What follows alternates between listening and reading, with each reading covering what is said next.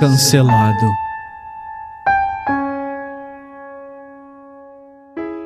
Não foi o alarme, não foi a babá eletrônica.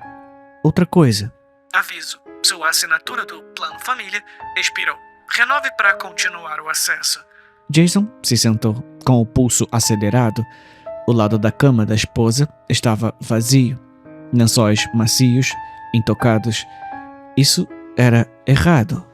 Ela sempre saía para o trabalho depois de se despedir dele com um beijo. Será que não?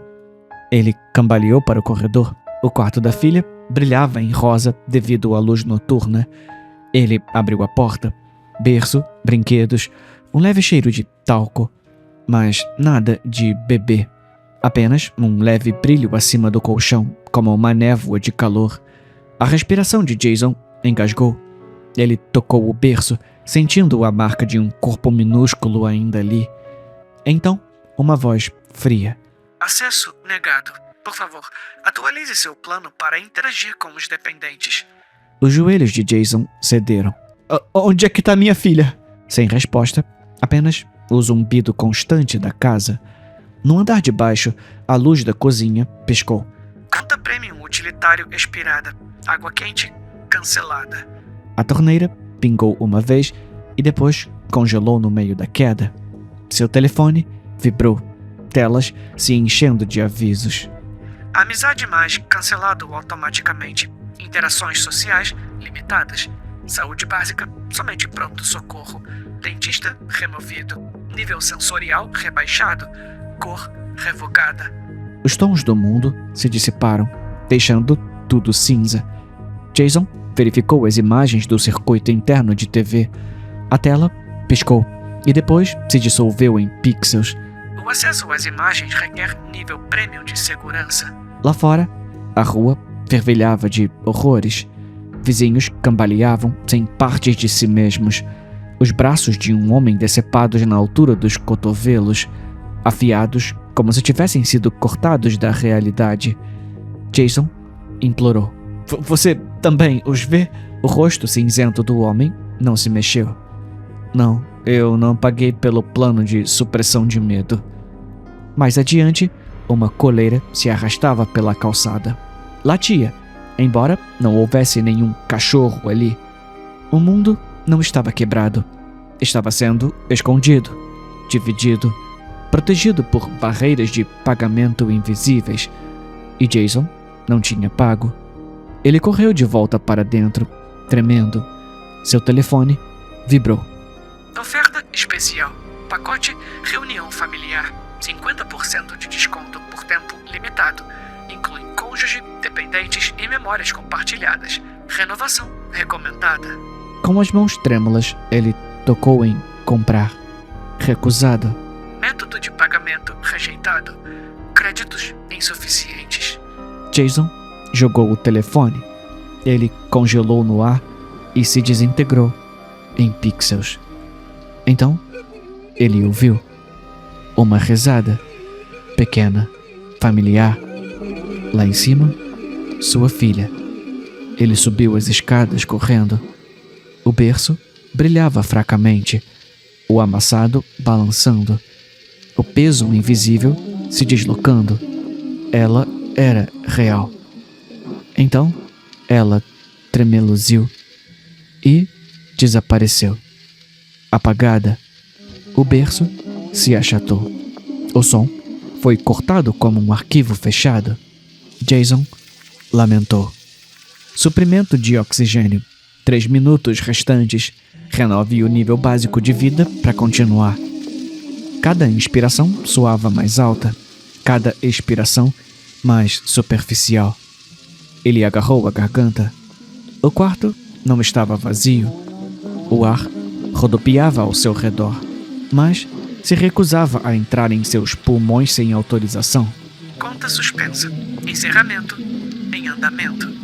Jason agarrou as paredes, o chão, a própria pele, mas seus dedos pixelaram. Seu corpo se desfez em estática. Ele tentou gritar, mas sua boca se desfez. O mundo escureceu, desmoronou no nada. E o último som foi um alegre sino corporativo. Obrigado por experimentar a realidade. Seu teste gratuito terminou.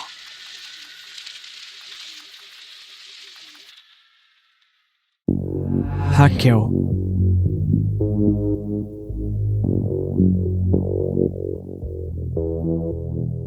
Algumas batidas na porta. Ele está gritando de novo. Raquel! Raquel! Eu tô no piso frio, agarrando a faca de cozinha com mais força a cada batida. Sei que ele vai entrar eventualmente. Sei que vai e pronto.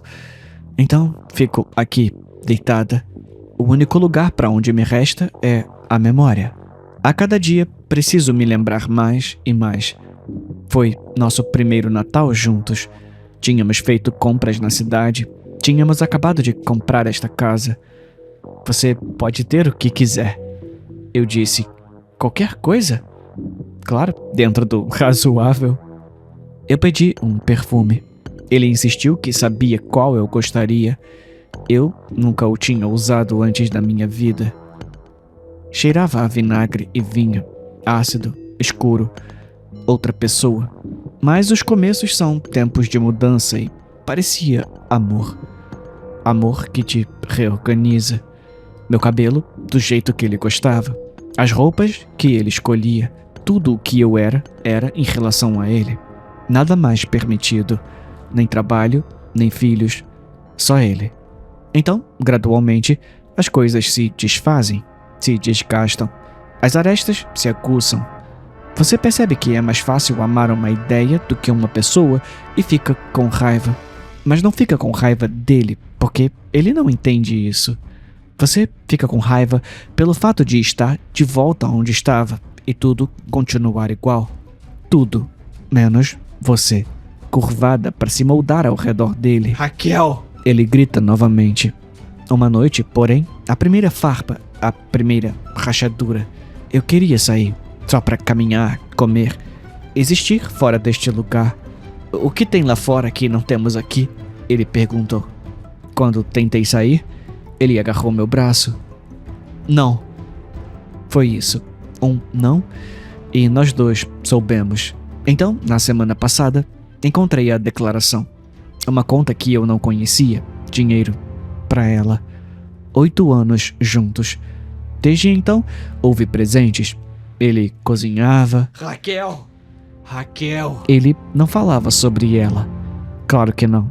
Conversar se solidificaria. Com mais raiva, cada vez mais raiva, fui procurar. Não queria encontrar, mas sabia que encontraria. Uma caixa, escondida, mudada recentemente. Fotos, cartas dela, desesperadas.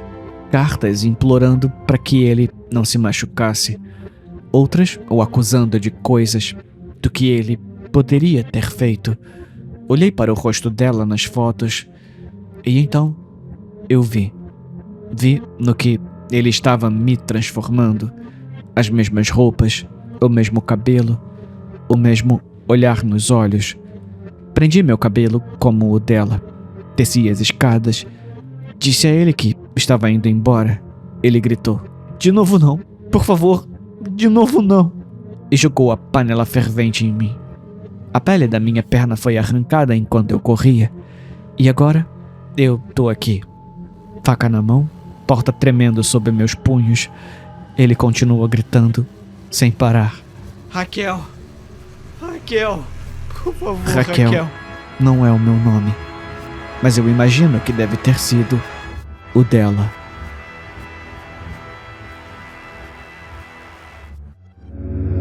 A senhorita sabe tudo.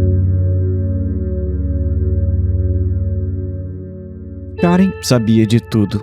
Pergunte a ela. O atendente no Starbucks usando o vaporizador de leite errado. O mecânico apertando as porcas da roda tudo errado.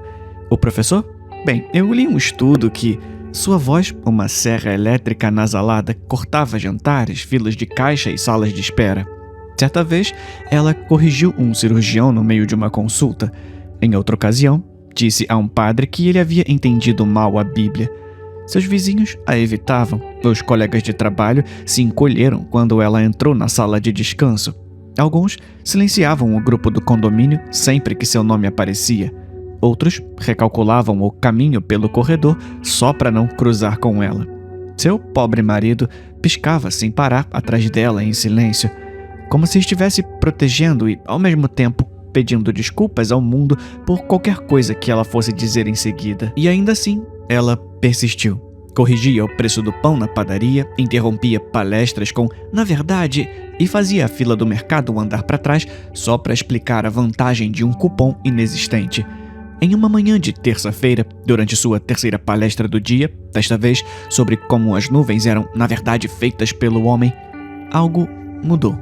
O auditório improvisado no saguão do prédio tinha cheiro de café morno e de toner. Meia dúzia de vizinhos a escutava por obrigação educada. Seus olhos se contraíram. Ela fez uma pausa.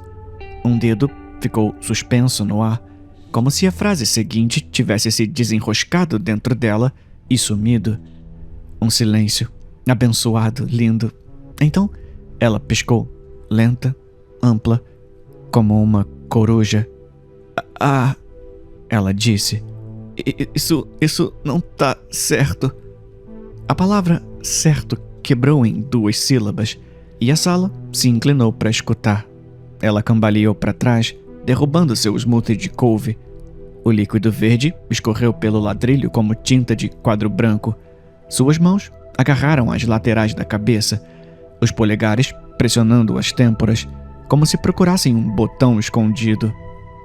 Eu consigo ver", sussurrou. Tudo ao mesmo tempo."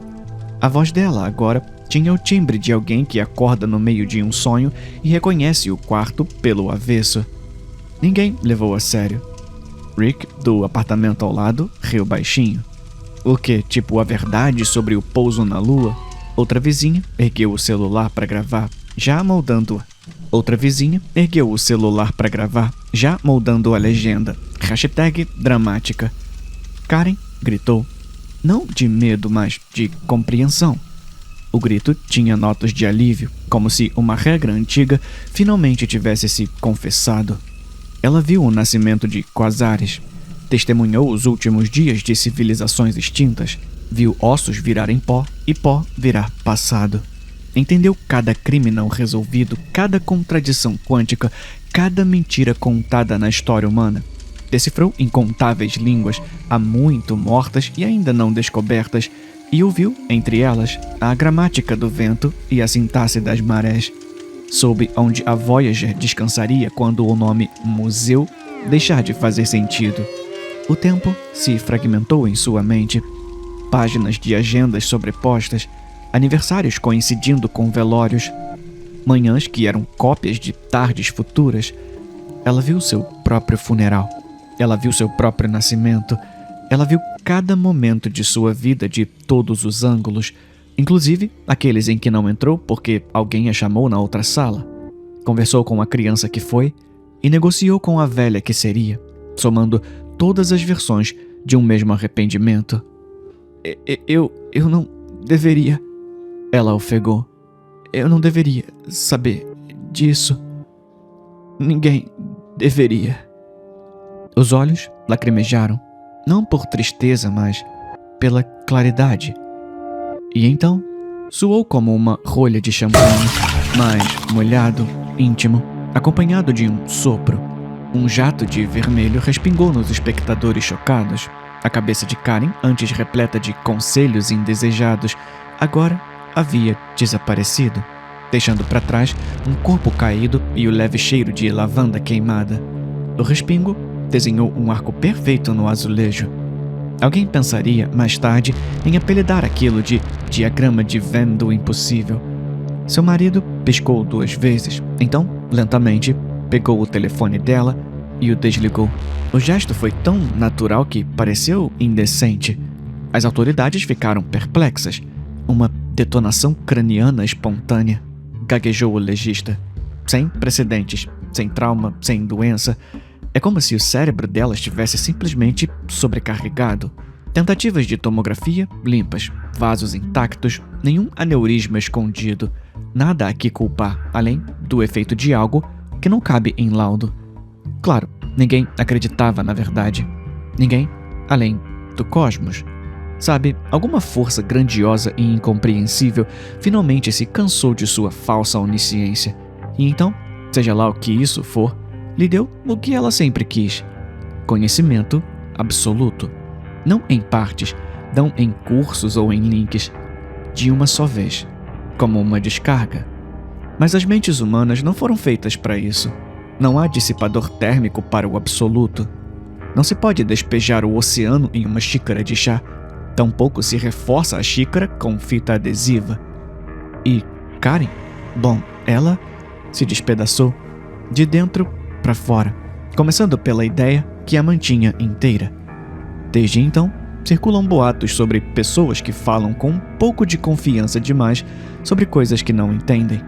Se você ouvir com atenção, ouvirá o universo preparando sua seringa de conhecimento, apenas esperando que o próximo sabe-tudo dê suas opiniões não solicitadas.